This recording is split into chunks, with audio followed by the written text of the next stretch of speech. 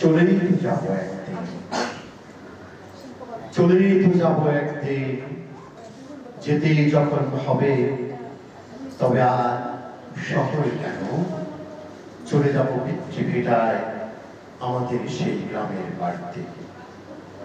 ওখানে আমি শুয়ে থাকবো সাদা বিছানায় একা, একেবারেই একা। শহরের হাসপাতালেও আমি থাকতে পারতাম, কিন্তু না, আমার তো এরকম কোনো ইচ্ছে নেই। চলে যাব গ্রামের বাড়িতে, পিতার সেই টিনের ঘরে।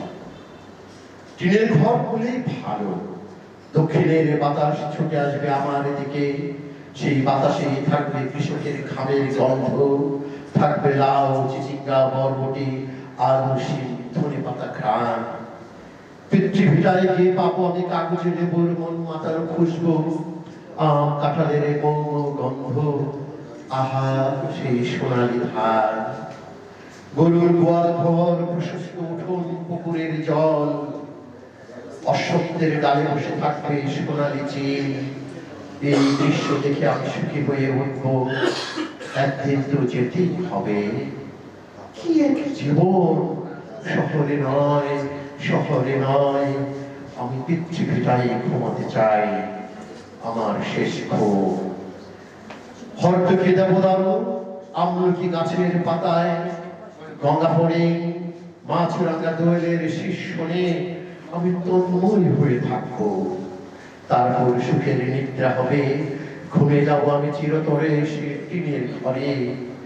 বাতাস আসবে তাল গাছ থেকে, বাতাস আসবে খেজুর বৃক্ষ থেকে, হিমেল বাতাস আসবে নিম পাতার ফাঁক গলে। বাতাসে বাতাসে মিশে মিশে যাবো, আর বাতাস তখন আমাকে কানে কানে বলবে বিদায়। এই এক জীবন, কি এক জীবন, চলেই তো যাবো একদিন।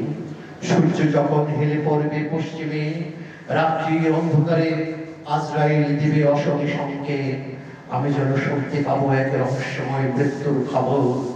তবু আমি সুখী, তবু আমি সুখী। আমার এই সবুজ গ্রাম, উতল হাওয়ায় দম নিয়ে আমি সেদিন মৃত্যুকে আলিঙ্গন করব। আমি তো চলেই যাব। আমি চলে গেলে স্বজনের চোখ থেকে রিমঝিম বৃষ্টি হবে, বৃষ্টি হবে। আমি তো চলেই যাব। ধন্যবাদ।